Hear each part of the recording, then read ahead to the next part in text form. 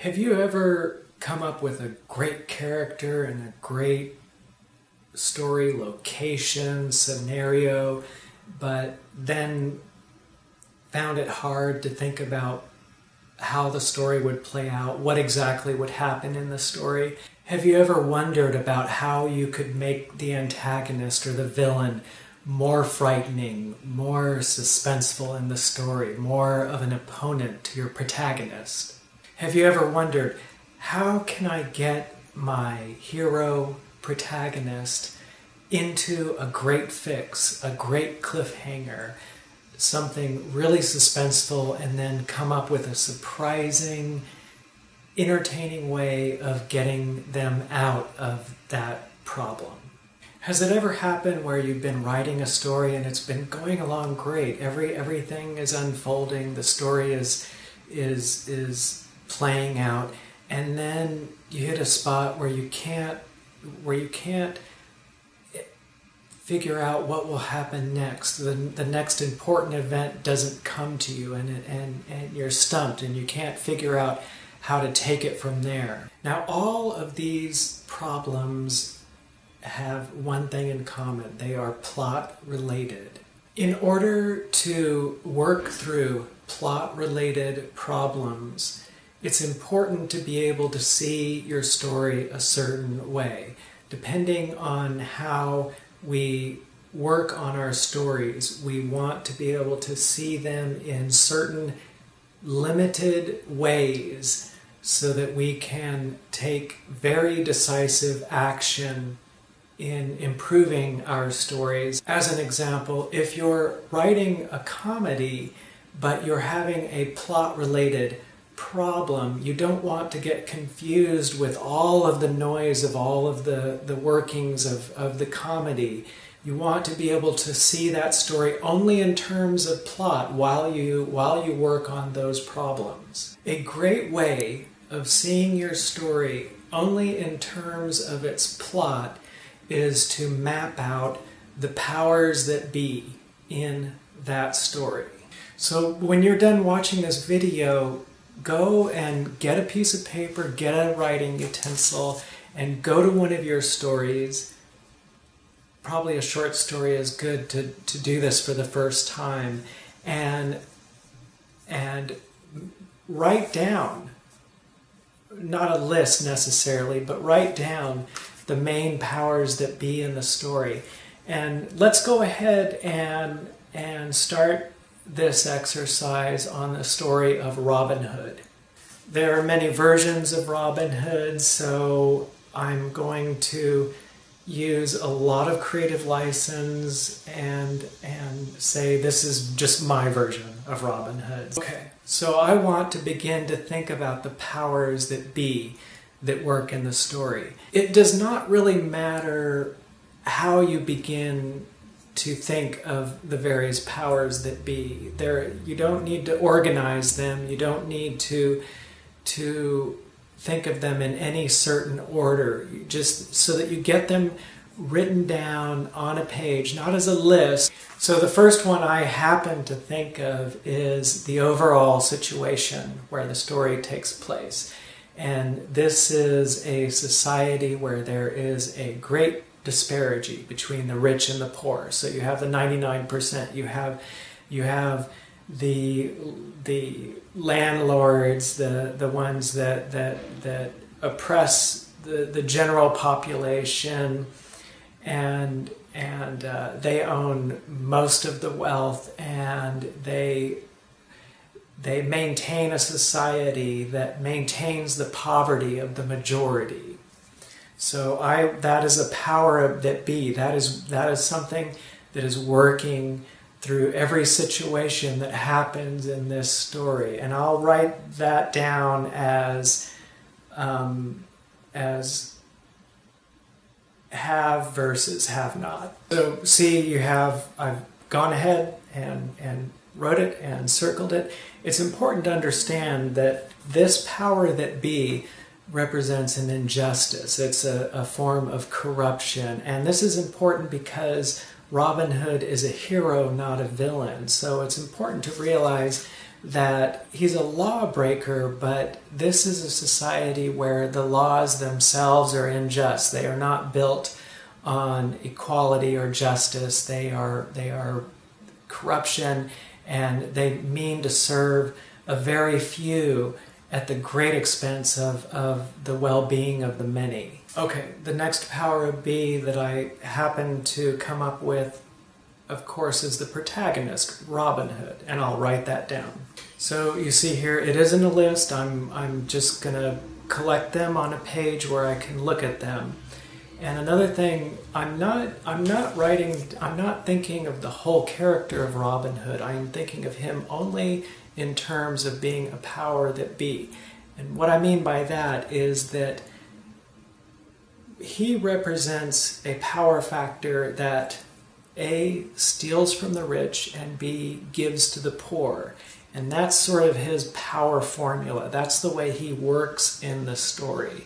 And he's an outlaw, so he'll hide and live on the outside of society and live independent of society so that he can make the changes in society that he couldn't make if he tried to live in the village and play by all the rules and all of that sort of thing. So him as a power that be predominantly is someone who is changing the first factor, is changing the way, if this were a formula, this power is changing what's going to happen to that one. Okay, next I put in the corrupt king. So the corrupt king, you know, the equivalent of today would be like the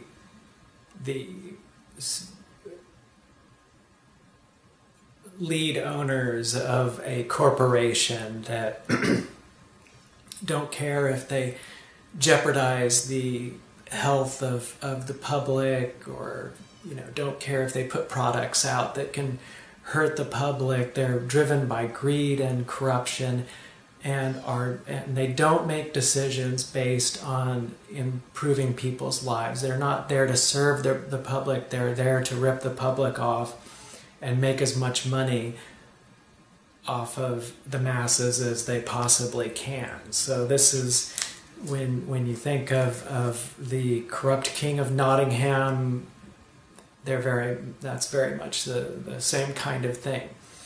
So the corrupt king is there to enforce the first power of B that I put down, that is jeopardizing the lives of the many in order to bring riches to the few. Okay, next I'll add Robin Hood's love interest, and this is I think she was a princess, I don't remember, a noble's daughter or something, but the way, as a power that be, the way she plays out is that she can represent a vulnerability of Robin Hood, because if she becomes one of his interests, she becomes something valuable to him that the powers that are in conflict with him can use to defeat him. To emphasize that many of the powers that be that you will find in your story most likely could be inanimate objects. They don't have to be people. They don't have to play a role. I'll write down one. It is the Nottingham Forest and the highways that go through there. And the reason that location is a power that be is that it provides a hiding place for Robin Hood and his group.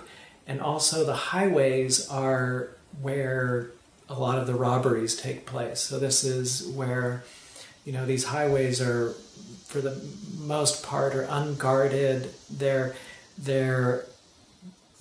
is a location that is outside of the system, outside of the law, where changes can be made. So this is a location that acts as a power that be. Keep in mind, the story of Robin Hood in its various iterations has survived hundreds of years. People have loved it and remembered it and continue to use it to this day.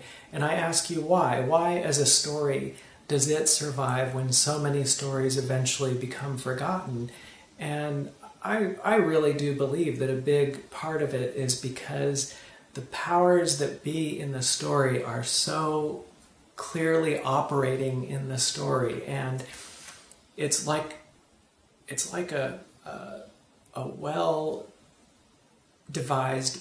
machine where all the parts really support the other parts and really affect each other and make changes, and real changes through the course of the story. Having the ability to clearly see the story you're working on in terms of the powers that be enables you to develop them and to make them stronger and more directly linked to each other and more directly linked to everything that happens in your story.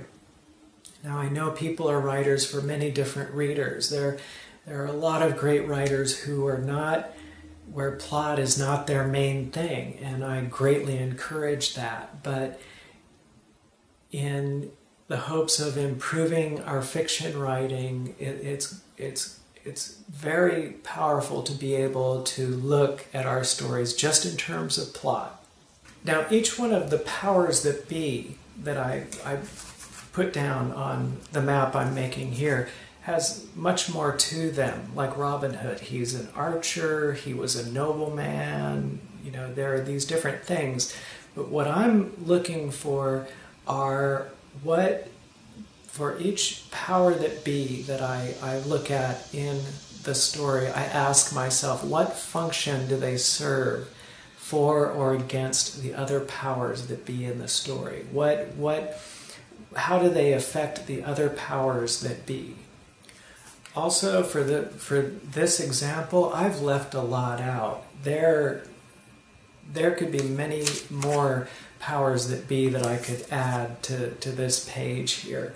You have the sheriff, you have, I think, Little John, and these different, I think there was one jousting contest that represented, it could be seen as a power that be because the circumstances are in a very particular situation that makes all the powers that be operate in a different way.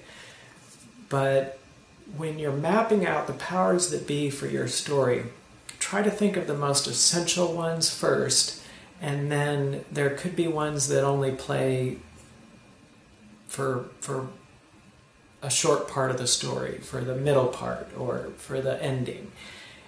And when you finish writing these down, putting them in bubbles, then you can look at them, then you can begin to ask yourself, how can these play out?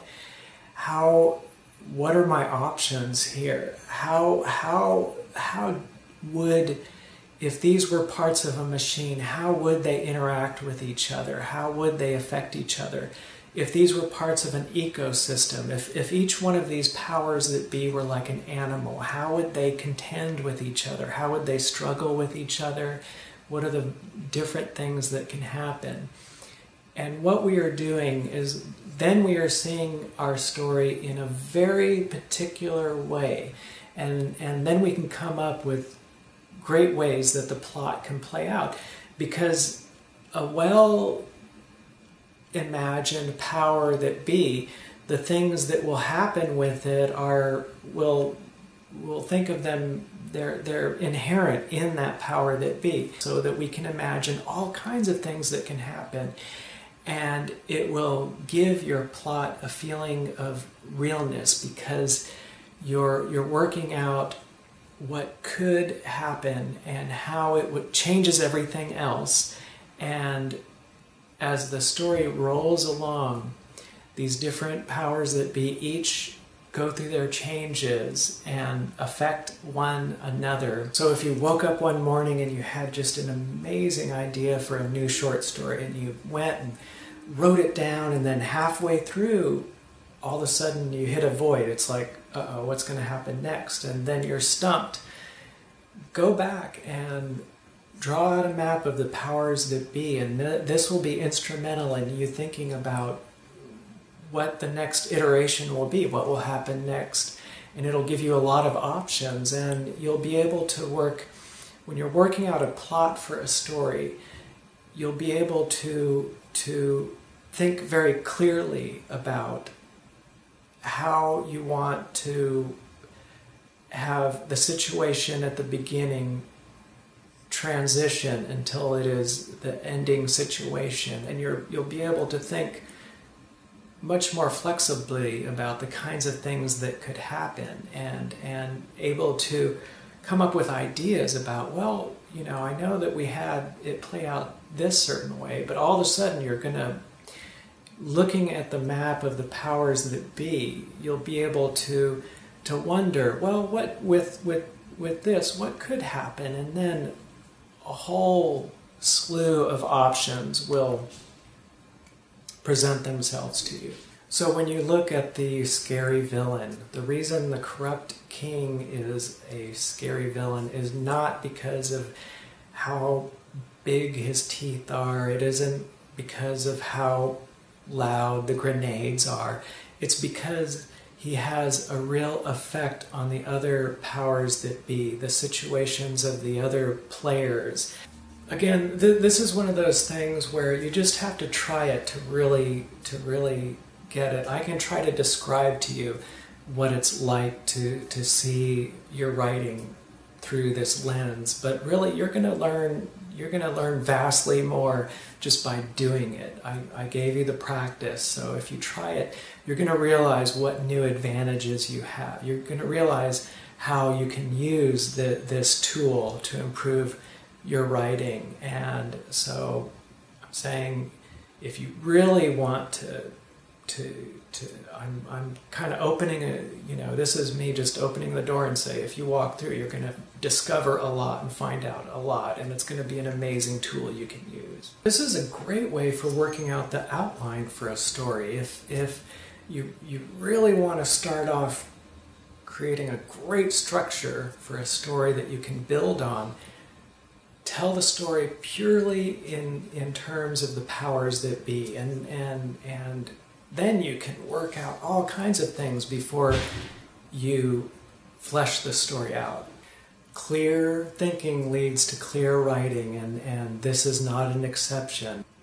For those of you who have left encouraging comments, I want to thank you very much. I have read each one, and my response now is thank you. You greatly influence the kind of tutorials I make. If you think that I provide useful information in my videos and you've gotten something out of them, please tell a friend about them, tell other writers about them, hit the like button, subscribe, leave a comment.